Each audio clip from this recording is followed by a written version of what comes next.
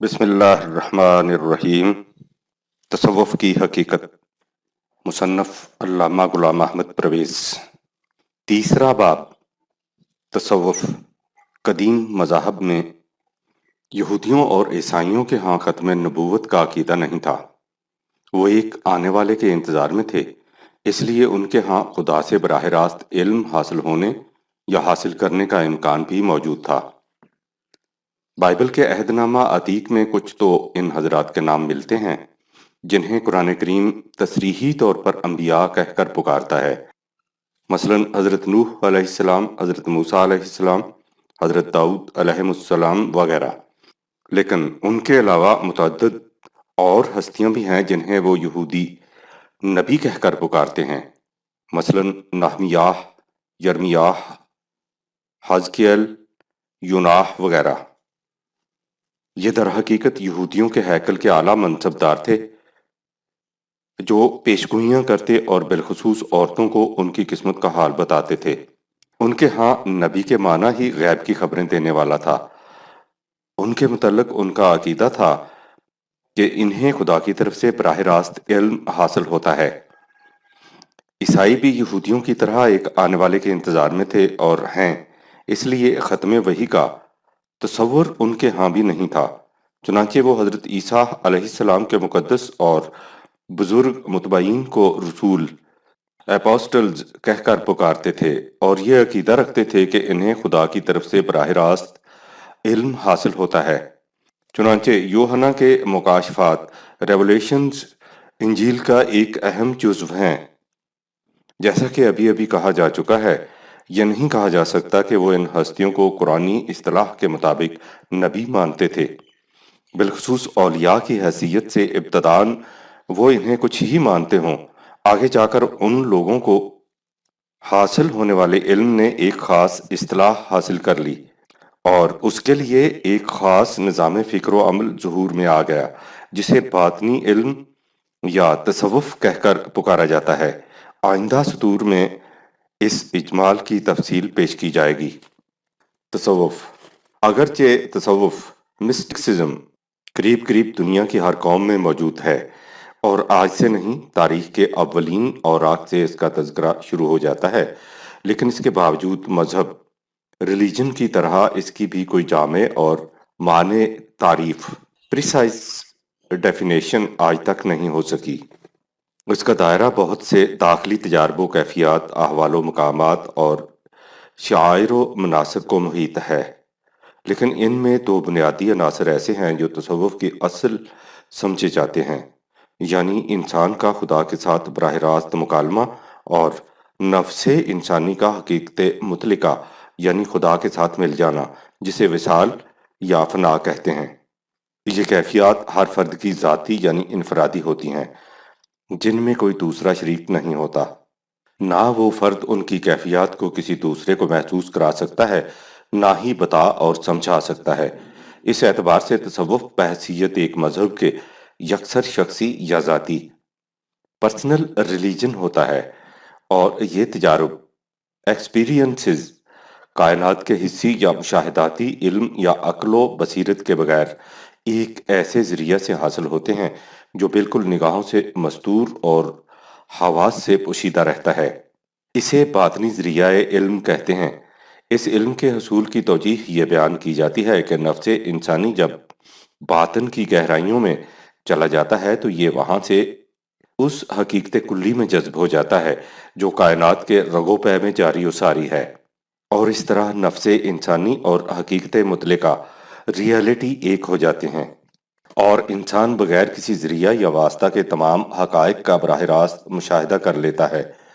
مشاہدہ کیا، وہ خود ہی حقیقت بن چکا ہوتا ہے، چونکہ حقیقت مطلقہ تمام مادی اور محسوس نسبتوں سے بلند اور منزہ ہے، اس لیے نفس انسانی کے ساتھ اسی صورت میں پیوست بلکہ اس کے اندر ضم ہو سکتا ہے جب یہ خود تمام محسوس اور مادی علائق سے بلند اور منزہ ہو جائے۔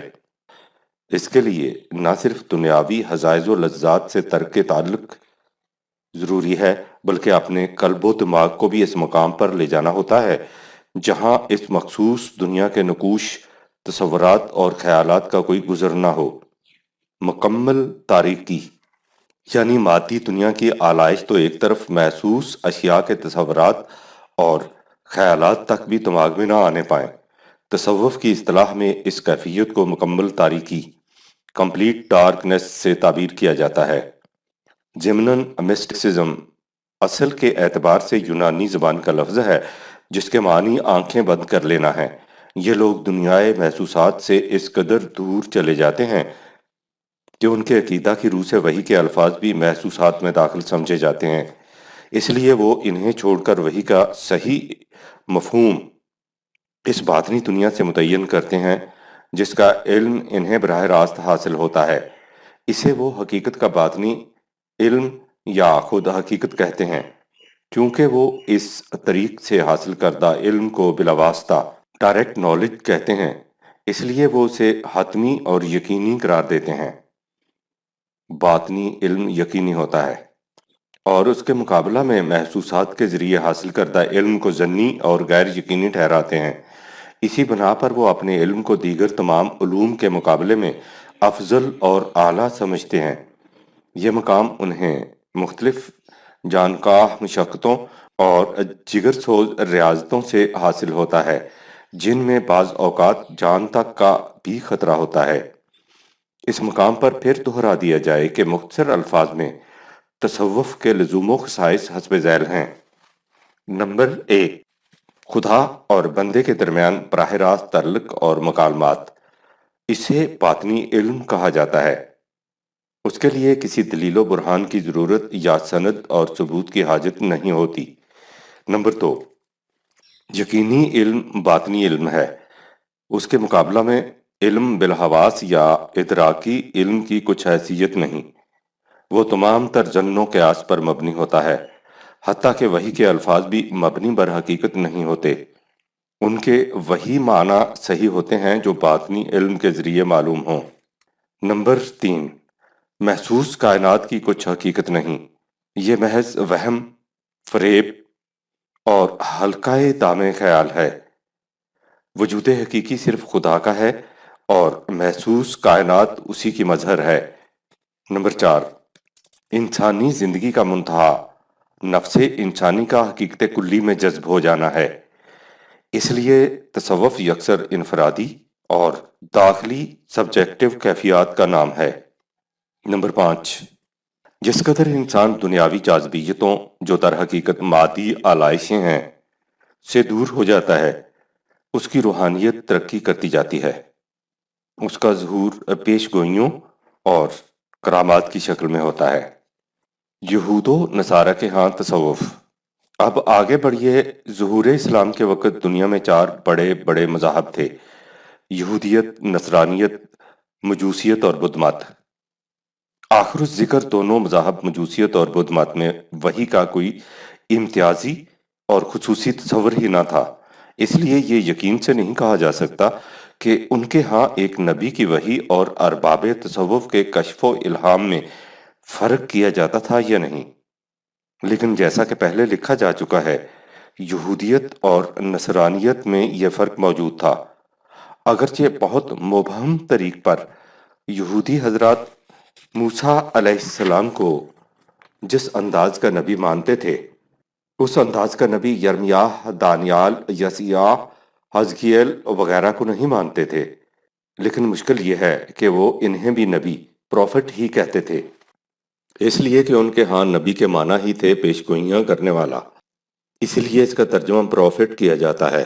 اس لیے بادی النظر میں یہ سمجھنا دشوار ہو جاتا ہے کہ ان کے ہاں ایک رسول کی وحی اور ایک ولی کے الہام میں فرق کیا جاتا تھا یا نہیں۔ عیسائی اپنی انجیل کے مرتبین لوقا، مرکس وغیرہ کو سینٹ، ولی کہتے ہیں اور انہیں حضرت عیسیٰ علیہ السلام کا ہم مرتبہ نہیں مانتے۔ یہ غالباً اس لیے کہ ان کے نزدیک حضرت عیسیٰ علیہ السلام کا مقام الوہیت ہے جس میں کوئی اور شریک نہیں ہو سکتا۔ ان کے بعد بھی ان کے ہاں اولیاء، سینٹس ہی کا سلسلہ چلتا ہے۔ اس اعتبار سے کہا جا سکتا ہے کہ عیسائیوں کے ہاں رسول کی وحی اور اولیاء کے کشف و الہام میں فرق ہے، لیکن جیسا کہ آگے چل کر بتایا جائے گا، وحی اور الہام کا فرق محض اصطلاحی ہے، نوعیت دونوں کی ایک ہی ہے۔ یہودیت ظواہر پرستی کا مذہب ہے، اس لیے اس میں باطنیت کی گنجائش بہت کم تھی، لیکن معلوم ہوتا ہے کہ بیت المقدس کی پہلی تباہی کے بعد بابل کی اسیری کے زمانہ میں، جبکہ قوم اپنے ضعف و انحطاط کی انتہا تک پہنچ چکی تھی، اور یہی زمانہ تصوف کے ابھرنے کا ہوتا ہے، ان میں بھی کچھ باطنیت کے آثار نمودار ہونے شروع ہو گئے۔ چنانچہ اس دور میں ان کے نبیوں، پروفیٹس کے احوال و ظروف کچھ اس قسم کے ہیں جیسے باطنی خلوت گاہوں میں ارباب تصوف کے ہوتے ہیں۔ اسی قسم کا نہج زندگی، وہی انداز گفتگو، اسی طرح کے مکاشفات اور الہامات، اسی نوع کی پیشگوئیاں، لیکن حقیقی تصوف ان میں اس کے بعد جا کر آیا جب ان کے مذہبی پیشواؤں نے اسکندریہ میں یونانی فلسفہ کا مطالعہ کیا، یہودی تصوف، اور وہاں اس فلسفہ اور اپنے معتقدات کے امتزاج سے ایک نیا مذہب ایجاد کیا۔ فیلو اس مذہب کا امام ہے۔ تصوف کا ابو الآباء در حقیقت افلاطون۔ پلیٹو کو سمجھنا چاہیے۔ چونکہ میرے پیش نظر تصوف کی تاریخ مرتب کرنا نہیں، اس لیے میں اس نقطہ کی تفصیل میں نہیں جانا چاہتا کہ یونان میں تصوف کی ابتدا کس نے کی۔ یہ عجیب حقیقت ہے کہ فلسفہ عقلیت پسندی اور اس کی ضد باطنیت دونوں کی ابتدا یونان سے ہوئی، اور قریب ایک ہی زمانے میں عقلیت پسندی کی ابتدا دیماکریٹس اور ایپیکورس جیسے فلاسفرز سے ہوئی، اور باطنیت کا آغاز فیثاغورس سے، اس کے بعد افلاطون کے ہاں عقلیت اور باطنیت دونوں جمع ہو گئے، لیکن اس کی اہمیت عقلیت سے زیادہ باطنیت کی وجہ سے ہوئی۔ ہم نے اسی بنا پر باطنیت کے سلسلہ میں سب سے پہلے اس کا نام لیا ہے۔ اس نے سب سے پہلے یہ تصور پیش کیا تھا کہ اس عالم محسوس کے اوپر ایک عالم امثال ہے، وہ عالم حقیقی وجود رکھتا ہے، اور یہ عالم محض اس کا پرتو ہے۔ اس عالم میں جو کچھ ہے اور جو کچھ ہوتا ہے، اس کی حقیقت سراب سے زیادہ کچھ نہیں۔ اس حقیقی عالم کے متعلق علم حواس کے ذریعے حاصل نہیں ہو سکتا، باطنی طریق سے حاصل ہو سکتا ہے۔ افلاطون کے اس فلسفہ یا باللفاظ صحیح تصوف کی نشات ثانیہ بعد کے فلاسفروں کی ایک جماعت کے ہاتھوں ہوئی جن کا امام پلاٹینس تھا۔ ان فلاسفرز میں سے ایک ایپالونیس آف ٹانیا نے ہندوستان کا سفر کیا اور وہاں کے برہمنوں سے ہندی تصوف سیکھا۔ فلاطینس رومی لشکر کے ساتھ ایران گیا اور وہاں کے مغوں سے مجوسی تصوف کی تعلیم حاصل کی۔ اس کے بعد ان فلاسفروں نے فلاطینس کی زیر سرکردگی افلاطون کے فلسفہ قدیم کو ہندی اور ایرانی تصوف کے ساتھ ملا کر ایک جدید قالب میں ڈالا۔ اس کا نام نو فلاطینی فلسفہ، نیو فلاطینزم ہے۔ اس فلسفہ کا مرکز اسکندریہ تھا اور یہیں اس سے فیلو کا یہودی تصوف متاثر ہوا۔ اس تصوف کا سب سے پہلا اثر یہ تھا کہ تورات کی شریعت معرفت اور حقیقت میں بدل گئی۔ چنانچہ یہودی تصوف کی سب سے اہم کتاب ظہار میں ہے، تورات کی روح در حقیقت اس کے باطنی معنوں میں پوشیدہ ہے۔ انسان ہر مقام پر خدا کا جلوہ دیکھ سکتا ہے، بشرطے کہ وہ تورات کے ان باطنی معانی کا راز پا جائے اور اس کے مطابق زندگی بسر کرنے لگ جائے۔ تورات کی شریعت ہر بنی اسرائیل کے لیے کھلی تھی، لیکن تورات کے باطنی معانی صرف خواص تک محدود ہو کر رہ گئے۔ چنانچہ مصناح کتاب حقیقت میں ہے کہ کتاب پیدائش کے باطنی معانی کی تعلیم ایک وقت میں ایک سے زیادہ آدمیوں کو نہیں دی جانی چاہیے۔ اس کی سخت ممانعت ہے، اور کتاب حزقیل کے پہلے باب کی تعلیم تو کسی آدمی کو بھی نہیں دینی چاہیے تا وقت کہ اس نے مقام ولایت حاصل نہ کر لیا ہو۔ ان کا عقیدہ یہ تھا کہ تورات کے اصلی معنی اس کے الفاظ سے نہیں مل سکتے، ان کی گہرائیوں تک پہنچنے کا ایک اور طریقہ ہے جو عوام کی نگاہوں سے پوشیدہ ہے۔ وہ کہتے تھے کہ عبرانی زبان کے حرف ابجد میں عجیب و غریب تاثیر ہے اور انہیں خاص خاص طریقوں سے اکٹھا کرنے اور دہرانے سے تورات کے الفاظ کے باطنی معنی معلوم ہو جاتے ہیں۔ نیز 1 سے 10 تک کے عدد بھی یہی خواص و تاثرات رکھتے ہیں۔ ان حروف اور اعداد کے متعلق کتاب زہار میں ہے: خدا نے ان کے نقوش تیار کیے، پھر ان کے سانچے بنائے، ان کا وزن کیا، ان میں عدل بدل کیا، انہیں ایک دوسرے کے ساتھ ملایا، اور ان کے پراسرار مجموعوں سے کائنات کی ہر شے کی روح پیدا کی۔ چنانچہ کائنات میں جو کچھ موجود ہے وہ بھی انہی کی قوت کے سہارے قائم ہے، اور جو کچھ پیدا ہوگا وہ بھی انہی کے ذریعے پیدا ہوگا۔ ان حروف اور اعداد کا باطنی علم حقیقی ہے، اور اس سے انسان پر اسرار و رموز کائنات اور تورات کے حقیقی مفہوم کی راہیں کھلتی ہیں۔ جس پر یہ راہیں کھلتی ہیں اس سے عجیب و غریب کرامات صادر ہونے لگ جاتی ہیں۔ چنانچہ ان کے ربانی صوفیوں، ربانک مسٹکس کی شعبدہ بازیوں کے عجیب و غریب قصے مشہور ہیں۔ مثلاً یہ کہ وہ سبت کی شام کو رموز کائنات کے حل کرنے میں مصروف ہوتے، بھوک لگتی تو ایک 3 سالہ بچڑا نمودار ہو جاتا جسے وہ کھا جاتے۔ وقص علی ھذا، ان کے یہ ارباب تصوف اپنے ہاں کی الہامی کتابوں کی تعویلات اپنے ذاتی مکاشفات سے کرتے اور خوابوں کی تعبیر سے زندگی کے مسائل کا حل بتاتے اور آنے والے واقعات کی خبریں دیتے۔ جب عیسائیت کا ظہور ہوا تو یہ تصوف یہودیوں میں عام تھا۔ حضرت عیسیٰ علیہ السلام کی تعلیم خدا کے ہر سچے نبی کی تعلیم کی طرح ان خرافات کے خلاف ایک صدائے احتجاج تھی۔ یہی وجہ تھی کہ یہودی پیشوائیت ان کی جان تک کی دشمن ہو گئی، لیکن ان کی تشریف براری کے بعد خود عیسائیت یہی کچھ بن کر رہ گئی۔ ایک تو اس لیے کہ جو لوگ عیسائیت اختیار کرتے وہ بالعموم پہلے یہودی ہوتے، اور دوسرے اس لیے کہ عیسائیت اپنے ابتدائی دور ہی میں سخت نامساعد حالات کا شکار ہو گئی، اس لیے اسے بہت جلد مجاہدانہ حرکت و حرارت کو چھوڑ کر تصوف کی برودت گاہوں میں پناہ لینی پڑی۔ بہرحال اب ہم عیسائیت کی طرف آتے ہیں۔ عیسائیت میں تصوف، عیسائیت میں پہنچ کر تصوف نے ایک منظم مسلک، آرگنائزڈ سسٹم کی شکل اختیار کر لی۔ اب باقاعدہ خانقاہیں قائم ہو گئیں، ان کے قواعد و ضوابط وضع ہوئے، ان میں داخلہ کی شرائط مقرر ہوئیں، ان کے اندر زندگی بسر کرنے کے طور طریقے متعین ہوئے، ان کی نہایت سختی سے پابندی لازمی ٹھہرائی گئی۔ اس روحانی ترقی کے لیے مختلف قسم کی ریاضتوں اور مشقتوں کے زینے تجویز کیے گئے۔ جگہ جگہ مختلف اولیاء، سینٹس نے اپنے مرکز قائم کیے، اور اس طرح پورا مذہب تصوف کی آماجگاہ بن گیا۔ اب ہر مقام پر اس قسم کے الفاظ دہرائے جانے لگے کہ اگر تم حواس کے دروازے بند کر کے دل کی آنکھیں کھولو، اگر تم جسمانی لذائذ سے منہ موڑ کر روحانی کیفیات کا پیچھا کرو، تو تم خدا کو اپنے سامنے بے نقاب دیکھ لو گے۔ جب آدم اور حوا کی جسمانی آنکھیں کھلی ہیں تو ان کی روحانی آنکھیں بند ہو گئی تھیں، لیکن ان کے بعد یسوع مسیح آیا کہ جن کی آنکھیں بند ہیں وہ دیکھنے لگ جائیں، اور جو دیکھ رہے ہیں ان کی آنکھیں بند ہو جائیں۔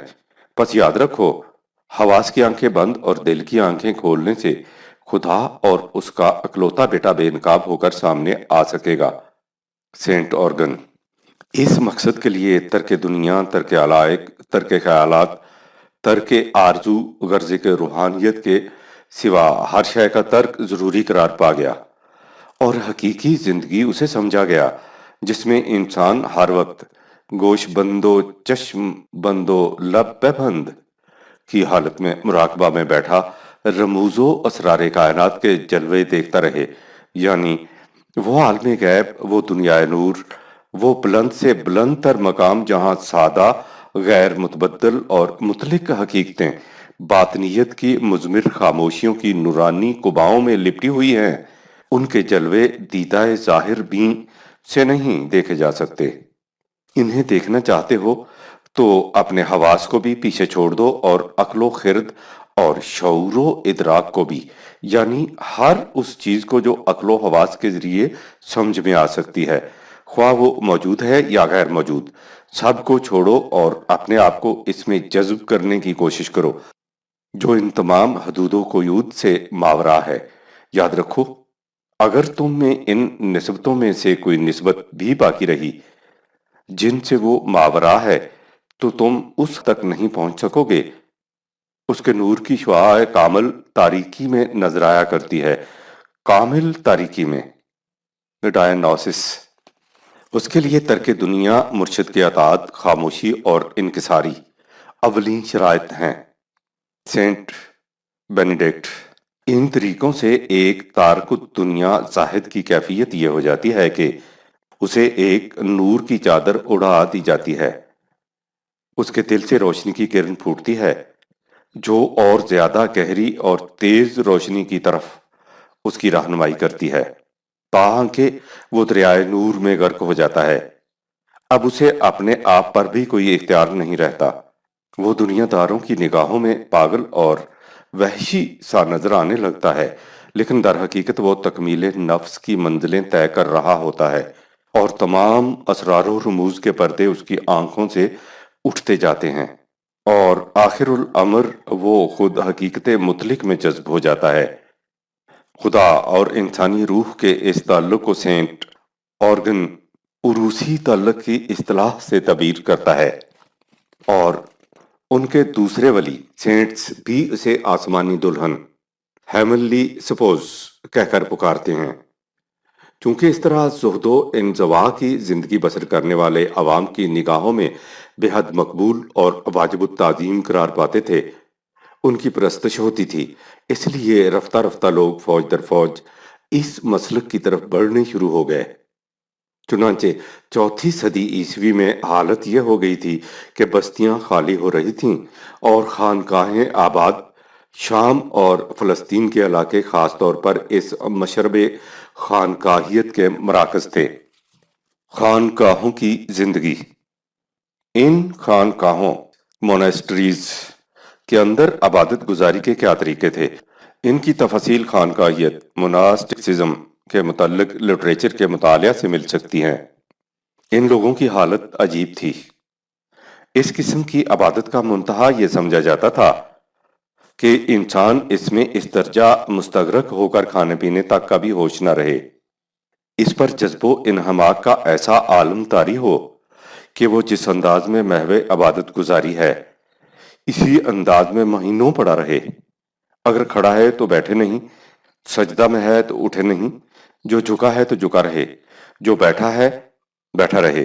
مغرب میں تو اس قسم کی خانقاہیں اور ان خانقاہوں میں ایسی مرگ آفریں ریاضتیں باقی نہیں رہیں، لیکن مشرق میں ابھی تک ان کے آثار موجود ہیں۔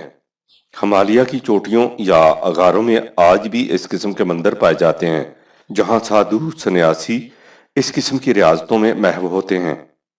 کوئی ایک ٹانگ کے بل کھڑا ہے، کسی نے ایک ہاتھ اوپر اٹھا رکھا ہے اور وہ ہاتھ بالکل سوکھ چکا ہے، کوئی آسمان کی طرف ٹکٹکی لگائے ہے اور آنکھ نہیں چھپکتا، کوئی لوہے کی میخوں کے تختہ پر لیٹا ہے، کوئی آگ جلائے اوندھا لٹک رہا ہے۔ یہی کچھ عیسائیت کی خانقاہوں میں ہوتا تھا۔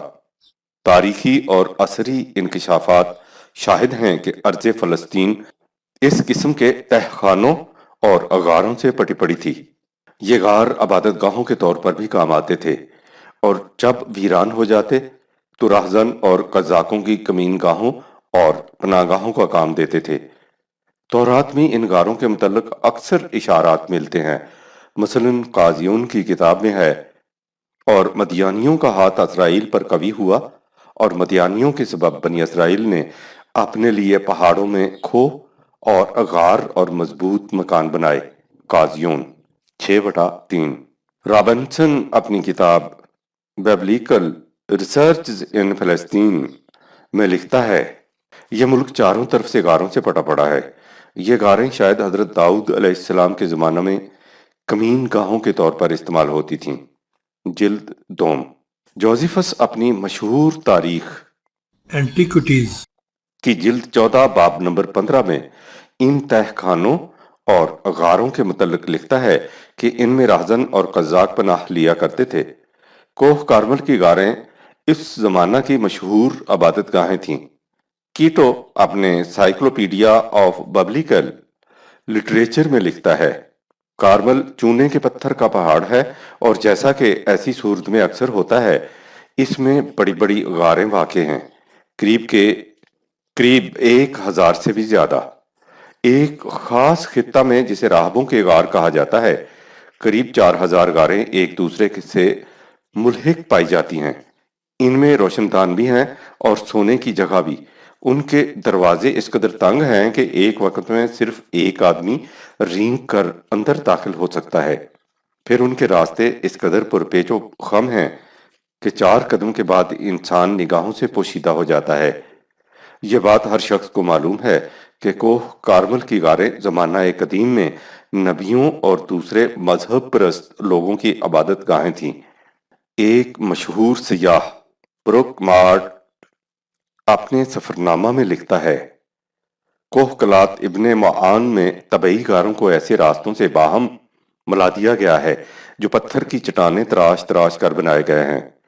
ان کے اندر پانی کے حوض ہیں اور کم و بیش 600 نفوس کے رہنے کی گنجائش۔ یہی غاریں تھیں جنہوں نے رفتہ رفتہ خانقاہوں کی شکل اختیار کر لی۔ ایسی نیز فرقہ مسلک رہبانیت کا سب سے بڑا پیرو تھا۔ مصر میں ان کی اس قسم کی خانقاہیں ہیں۔ ان کے زہد و انزوا کی زندہ شہادتیں تھیں۔ مشہور یہودی مورخ فیلو قریب 40 قبل مسیح میں ان کے متعلق لکھتا ہے، ہر عبادت گاہ میں ایک مقدس حلقہ ہوتا ہے جسے مندر کہا جاتا ہے، اور ان کے ساتھ خانقاہ جس میں راہب عالم بالا کے عجائب و غرائب کے کرشمے دکھاتے ہیں۔ وہ اپنے پاس کچھ نہیں رکھتے، حتیٰ کہ کھانے پینے اور دیگر ضروریات زندگی کی چیزیں بھی نہیں۔ ان کے پاس صرف نبیوں کا مقدس کلام ہوتا ہے اور اس قسم کی اور چیزیں جن سے ان کے زہد و تقدس میں اضافہ اور تکمیل ہو۔ contemplative life. قریب 250 عیسوی میں اسی قسم کی ایک خانقاہ عیسائی راہب پالوس نے جزیرہ تابینیہ میں قائم کی۔ اس جزیرہ کی ہر خانقاہ میں یونانی لٹریچر کے ماہرین کی جماعتیں رہا کرتی تھیں۔ آہستہ آہستہ سکندریہ اسکول کے لوگوں نے بھی وہاں آنا شروع کر دیا۔ امریکن انسائیکلوپیڈیا جلد 7۔ یہ پہلی خانقاہ تھی، لیکن اس کے بعد خانقاہوں کی ترویج اس برقرار رفتاری سے ہوئی کہ 3 صدی کے آخر میں ہر جگہ خانقاہیں دکھائی دینے لگیں۔ چنانچہ رولن اپنی کتاب تاریخ مصر قدیم جلد 2 باب نمبر 2 میں لکھتا ہے، زیریں مصر کا سب سے بڑا عجوبہ اس کا شہر آکسیرینیس تھا، جس کی حالت یہ تھی کہ شہر کے اندر اور باہر ہر جگہ راہب دکھائی دیتے تھے۔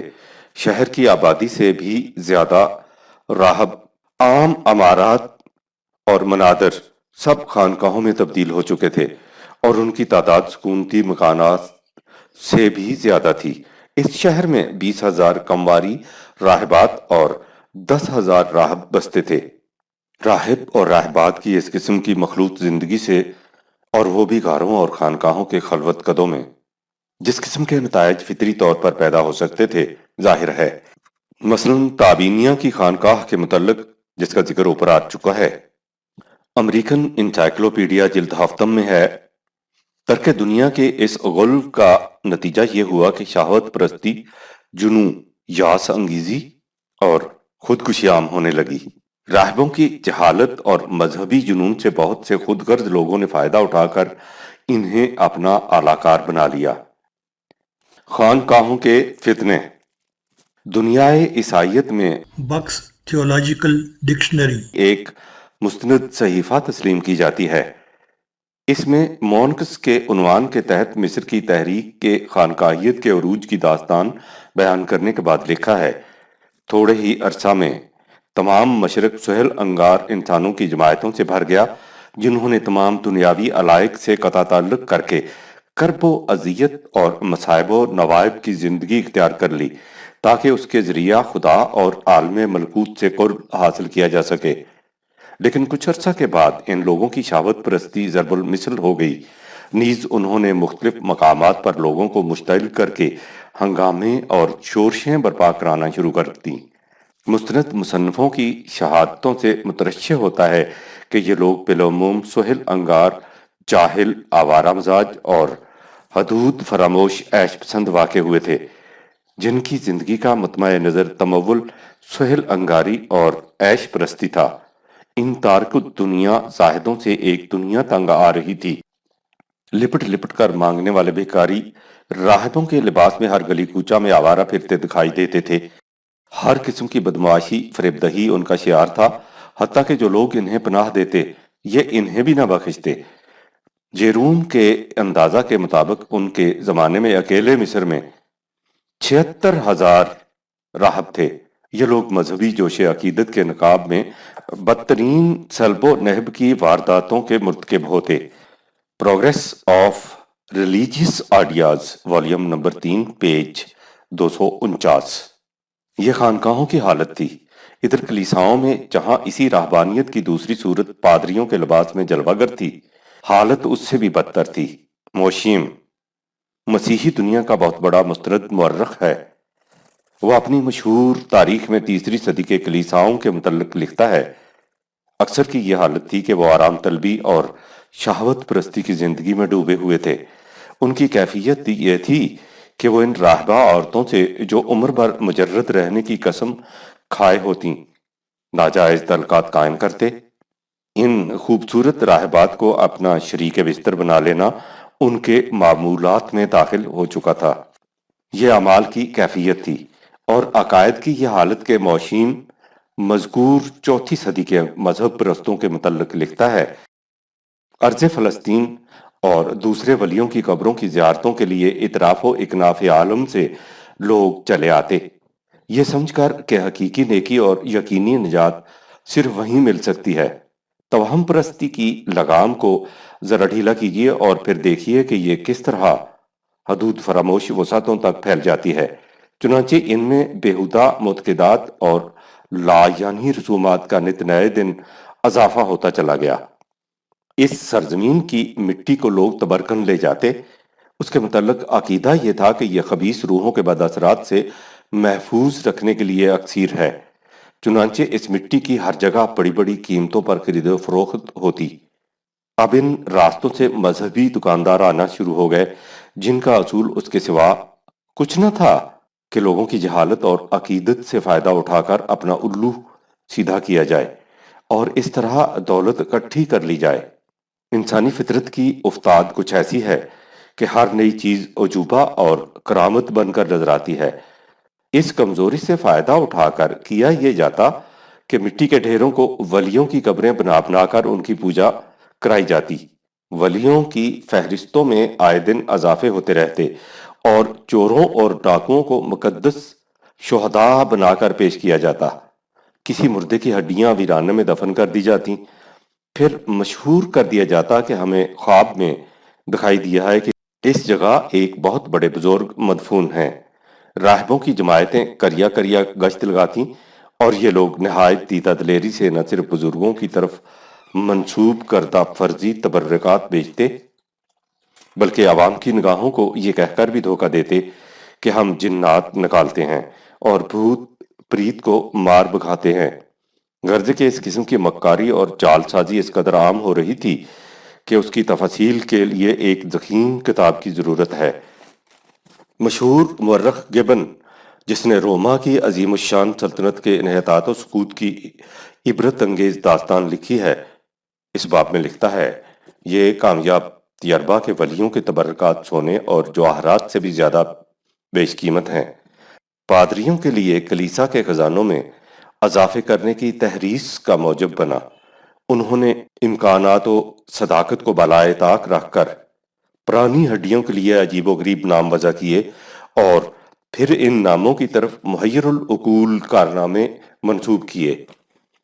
حضرت مسیح کے حواریوں اور ان مقدس لوگوں کے چہروں پر جنہوں نے نیک اعمال میں ان کی پیروی کی تھی، قسم قسم کے مذہبی افسانوں کی سیاہ چادر ڈالی گئی۔ جسور و غیور شہداء کی فہرست میں ہزارہا ایسے فرضی مشاہیر کا اضافہ ہو گیا جن کا وجود ان افسانہ ترازوں کے ذہن سے باہر کہیں نہیں تھا۔ اس بدگمانی کے لیے کافی وجوہات موجود ہیں۔ ٹیٹورس کا کلیسا ہی ایسا نہ تھا جس میں ولیوں کے بجائے جعل سازوں کی ہڈیوں کی پرستش ہوتی تھی، اور جگہ بھی ایسا ہوتا تھا۔ اس توہم پرستی نے ایک طرف فریبکاری اور خوش اعتقادی کی راہیں کشادہ کر دیں، اور دوسری طرف دنیائے عیسائیت سے تاریخ اور بصیرت دونوں کے چراغ گل کر دیے۔ ان ولیوں کو کعبہ مقصود و قبلہ حاجات اور مصائب و نوائب میں مشکلات کشا تصور کیا جاتا تھا۔ ٹونزینڈ اپنی کتاب travels in Spain volume 3 page 215 میں لکھتا ہے، یہ امر لوگوں کے لیے خوشی کا موجب ہوتا ہے کہ ان لوگوں کے پاس اتباع کی حذاقت کے علاوہ امراض کے دفیہ کے لیے ایک اور بھی امید کا سرچشمہ ہے۔ وہ سرچشمہ جو کسی مصیبت میں بھی ناکام نہیں رہتا۔ مثلاً ان کے نزدیک انتھلی ولی اپنے متقدین کو آگ سے محفوظ رکھتا ہے، اور ایک دوسرا انتھلی انہیں پانی کی مصیبت سے نجات دلاتا ہے۔ بارہرا ولی جنگ اور بجلی کے حوادث میں جائے پناہ ہے۔ بلاس ولی گلے کی بیماریوں کو اچھا کرتا ہے۔ لوسیا ولی آنکھوں کے امراض کو شفا دیتا ہے۔ نکوس ولی جوان عورتوں کی امداد کرتا ہے جو شادی کی متمنی ہوں۔ ارمتی ولی حمل کے ایام میں ان کی حفاظت کرتا ہے۔ پولونیا ولی دانتوں کو محفوظ رکھتا ہے۔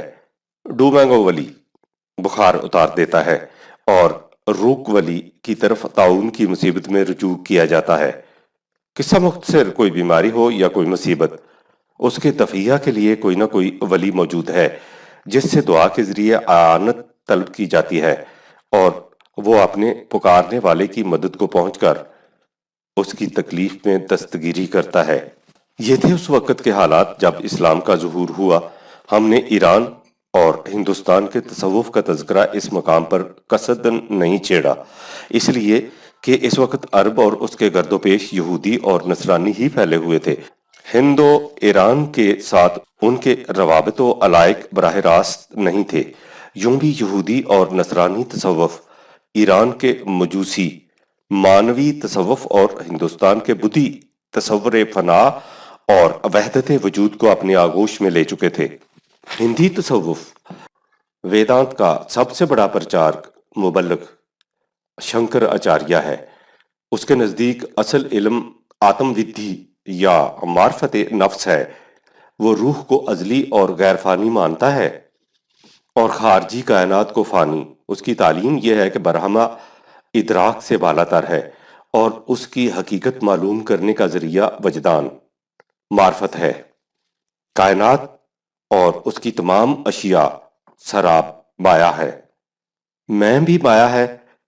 ترک خواہشات کے ذریعے انسان مایا کے فریب سے نکل سکتا ہے۔ شنکر آچاریہ کے علاوہ ویدانت کا ایک بڑا مبلغ پتنجلی ہے۔ وہ بھی وحدت وجود کا قائل ہے۔ اہم برہم اسمی، میں ہی برہما ہوں، اسی کا مشہور مقولہ ہے۔ علاوہ ازیں راماننج بھی اسی مسلک کا پرچارک تھا، اگرچہ اس کے تصور وحدت وجود اور شنکر آچاریہ کے تصور میں فرق تھا۔ ہندی تصوف کی تاریخ میں تحریک بھکتی کو بڑی اہمیت حاصل ہے۔ اس کا تعارف آگے چل کر کرایا جائے گا، جہاں ہندوستان میں مسلمان صوفیاء کا تذکرہ سامنے آئے گا۔ مسلک خانقاہیت کی اہمیت کے حق میں یہ دلیل دی جاتی ہے کہ اس سے انسان کو روحانی ترقی حاصل ہوتی ہے۔ اصل یہ ہے کہ تصوف کی اصل و بنیاد ہی تصور روحانیت ہے۔ بنابراً ضروری ہے کہ اس کے متعلق ذرا تفصیل سے گفتگو کی جائے۔ یہ تفصیل آپ کو آئندہ باب میں ملے گی۔